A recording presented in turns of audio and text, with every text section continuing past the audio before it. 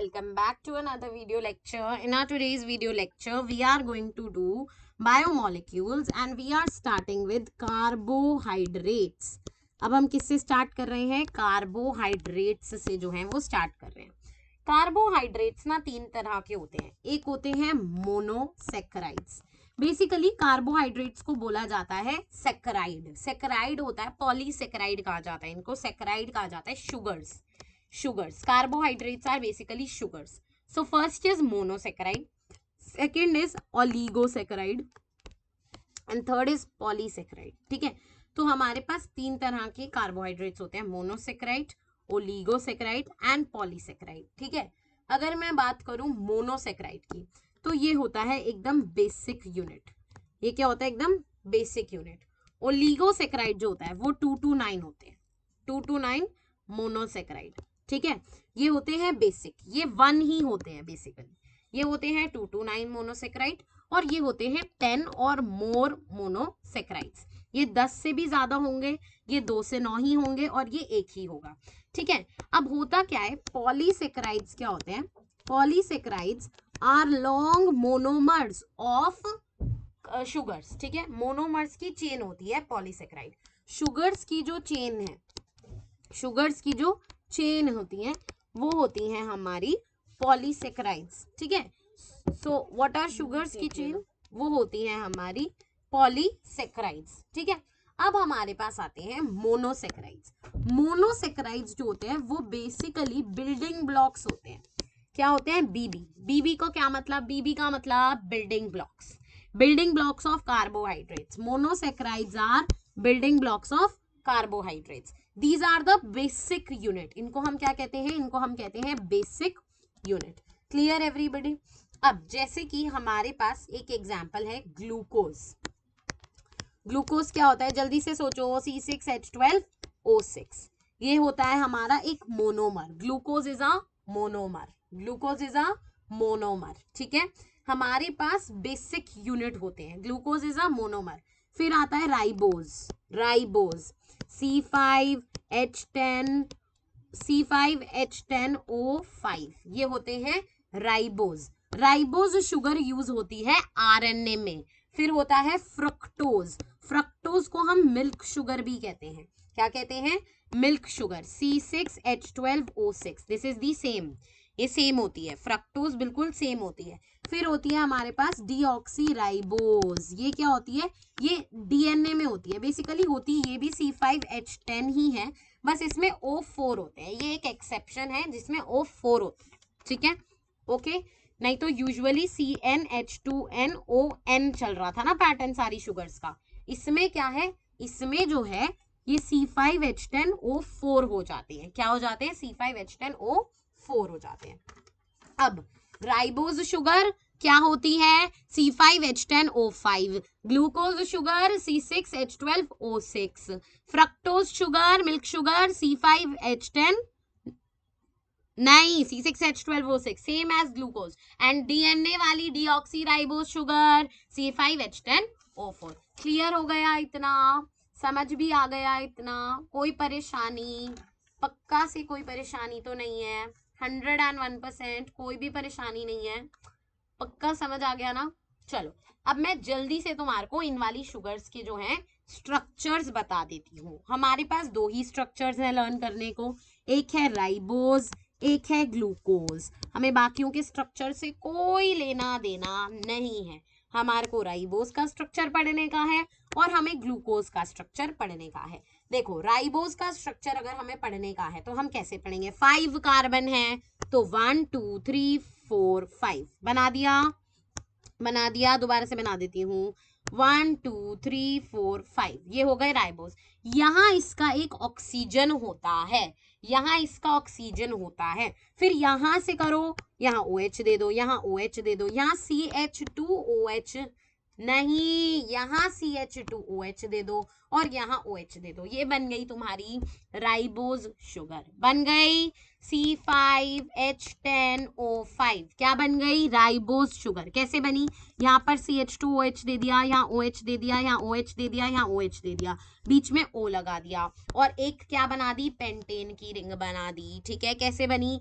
1 2 3 4 5 O, OH OH OH CH2OH, हो गई ribose? हो गई कि नहीं हुई राइबोज? समझ आ गया राइबोज? अब आते हैं ग्लूकोज। ग्लूकोज में क्या होता है? हम यहाँ पर ऑक्सीजन लगाते हैं, ठीक है, फिर यहाँ, फिर यहाँ, फिर यहाँ, फिर यहाँ, फिर यहाँ, ऐसे, ठीक है। ग्लूकोज में यहाँ CH2OH होगा, बाकी यहाँ इनवर्ड OH होगा, बाकी OH OH OH हो जाएगा। समझ आ गया? ये हो गया हमारा ग्लूकोज। ग्लूकोज ना दो होते हैं, अल्फा ग्लूकोज, बीटा ग्लूकोज, ये नॉर्मल ग्लूकोज आपको पढ़ाया जा रहा है। दोनों शुगर समझ आ गई? दोनों शुगर समझ आ गई कि नहीं आ गई? कोई परेशानी तो नहीं हुई समझने में? कोई परेशानी तो नहीं हुई किसी को समझने में? पक्का से कोई परेशानी नहीं हुई? 101%। देखो शुगर्स कौन कौन सी मैंने आपको समझाई? मैंने आपको दो शुगर समझाई, एक बताई राइबोज, एक बताई ग्लूकोज। दोनों का स्ट्रक्चर दोबारा बना लेते हैं। 1 2 3 4 5 6, रुको इसको ना ढंग से बनाती हूँ। पहले ना एक पेंटेन बनाओ, पहले ऑक्सीजन लगाओ और उसके अंदर ऐसे पेंटेन बनाओ। ये तुम्हारा बन गया, यहाँ OH OH OH CH2OH, ये बन गया तुम्हारा राइबोज।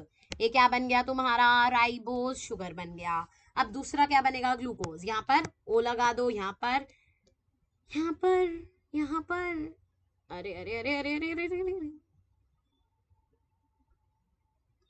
ठीक है, यहाँ पर, यहाँ पर और यहाँ पर। अब यहाँ पर OH, यहाँ पर OH, यहाँ पर इनवर्ड OH, यहाँ पर OH और यहाँ पर CH2OH। ये क्या बन गया? ग्लूकोज बन गया दीदी, बिल्कुल ग्लूकोज बन गया। समझ आ गया? 101% समझ आ गया आपको? ठीक है, तो ये हो गए हमारे सैकराइड्स यानी कि पॉलीसैकराइड्स। ये तो मैंने आपको बताए मोनोमर्स, ये मैंने आपको क्या बताए? सारे मोनोमर्स बताए। कौन कौन से मोनोमर्स बताए? सारे ही मोनोमर्स मैंने आपको जो है बता दिए। आपको समझ में भी आए सारे मोनोमर्स? ठीक है, अब हमारे पास क्या होते हैं? मोनोमर्स के बाद हमारे पास आते हैं ओलिगोसैकराइड्स। ओलिगोसैकराइड्स क्या थे? हमारे 2 to 9 वाले मोनोमर्स, जो 2 से 9 मोनोमर्स जोड़ लेंगे वो हमारे बन जाएंगे ओलिगोसैकराइड्स। ठीक है, अब 2 से 9 के बीच में जो है वो ग्लाइकोसिडिक बॉन्ड बनता है। इन मोनोमर्स के बीच में क्या बनता है? एक बॉन्ड बनता है जिनको हम कहते हैं ग्लाइकोसिडिक बॉन्ड। अब हमारे पास 3 डाइसैकराइड्स पढ़ाए जा रहे हैं हमें, 3 डाइसैकराइड, ध्यान से सुनना। पहला माल्टोज, माल्टोज, दूसरा लैक्टोज, दूसरा लैक्टोज, लैक्टोज होता है मिल्क शुगर जो कि फ्रक्टोज से बनता है। तीसरा, तीसरा ध्यान से सुनो, सुक्रोज। ठीक है, अब अगर मैं इन सब में ही ग्लूकोज मिलेगा, सब में ग्लूकोज मिलेगा, ग्लूकोज ग्लूकोज ग्लूकोज, बस फर्क क्या है कि माल्टोज में ग्लूकोज प्लस ग्लूकोज का बॉन्ड होता है यानी एक होमोपॉलीमर। लैक्टोज में ग्लूकोज प्लस फ्रक्टोज का होता है। ये क्या होता है? ये मिल्क शुगर भी होती है, इसको हम लैक्टोज को मिल्क शुगर, जिससे कई लोग इंटॉलरेंट होते हैं। तीसरी होती है सुक्रोज, जिसमें ग्लूकोज प्लस फ्रक्टोज होता है। अच्छा, इसमें गैलेक्टोज होता है, इसमें गैलेक्टोज होता है। ठीक है, तो glucose plus galactose milk sugar, glucose plus fructose sucrose, and maltose is glucose plus glucose, homopolymer. ठीक है जी, homopolymer one type of polymer, heteropolymer different type of monosaccharide. समझ आ गया? समझ आ गया कि नहीं? अब आते हैं हम पॉलीसैकराइड्स पर। पॉलीसैकराइड्स क्या क्या होते हैं? जिनके पास 10 या फिर 10 से ज्यादा मोनोसैकराइड्स का बॉन्ड हो। किससे बनते हैं मोनोसैकराइड? मोनोसैकराइड ग्लाइकोसिडिक बॉन्ड से बनते हैं। अब हमारे पास पॉलीसैकराइड में आते हैं स्टार्च। कौन कौन से? स्टार्च। दूसरा आता है हमारे पास ग्लाइकोजन, स्टार्च ग्लाइकोजन। तीसरा आता है इन्यूलिन। ठीक है, स्टार्च ग्लाइकोजन इन्यूलिन। एंड चौथा आता है cellulose, starch, glycogen, inulin and cellulose, ठीक है। और पांचवा आता है काइटिन, पांचवा क्या आता है, काइटिन। ये हमारे पास जो है 1 2 3 4 5 शुगर्स हैं जो कि हमारी पॉलीसेकेराइड शुगर्स हैं। क्या है हमारी ये, पॉलीसेकेराइड शुगर्स हैं। समझ आया, समझ आया कि नहीं आया? अब मैं आपको बताती हूँ स्टार्च के बारे में थोड़ा सा। आ जाओ, थोड़ी सी जानकारी ले लो, थोड़ी सी जानकारी ले लो, फिर मेटाबोलाइट्स पढ़ाऊंगी। ध्यान से सुनो, स्टार्च जो है वो स्टोर हाउस होता है। जो प्लांट है वो अपना एनर्जी स्टार्च की फॉर्म में ही स्टोर करते हैं। स्टार्च जो है वो हेलिकल सेकेंडरी स्ट्रक्चर होता है, और स्टार्च जो है वो आयोडीन के साथ कौन सा कलर देता है, blue colour, black blue colour. Glycogen, glycogen is the store form of energy in human beings and animals along with fungi, ठीक है। ग्लाइकोजन इज द वन, ठीक है। फिर आता है इन्यूलिन, इन्यूलिन, इन्यूलिन क्या है, ये एक पॉलीमर होता है फ्रक्टोज का। What is inulin, inulin is a polymer of fructose.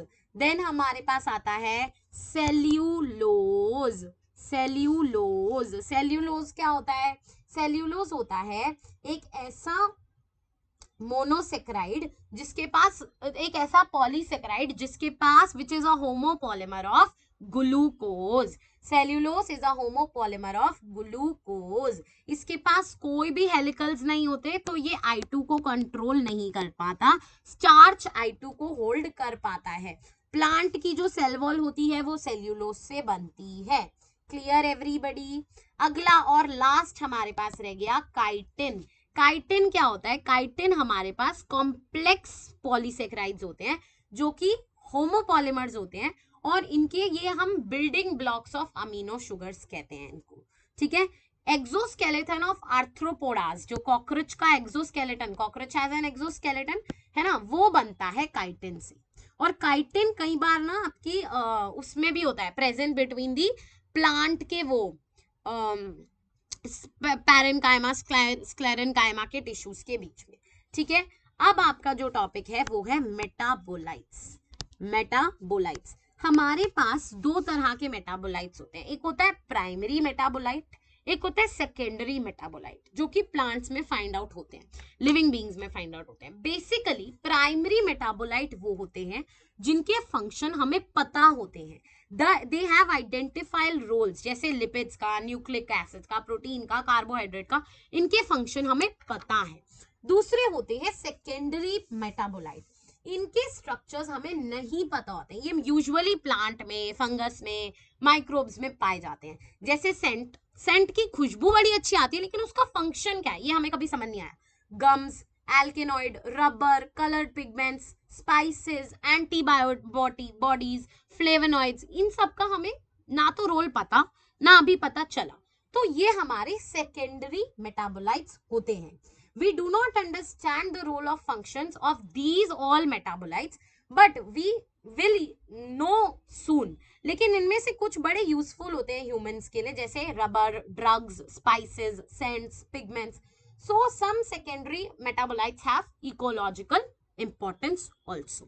अगली वीडियो में शुरू करेंगे न्यूक्लिक एसिड, यहाँ पर आपका कार्बोहाइड्रेट्स एंड मेटाबोलाइट्स खत्म। See you guys.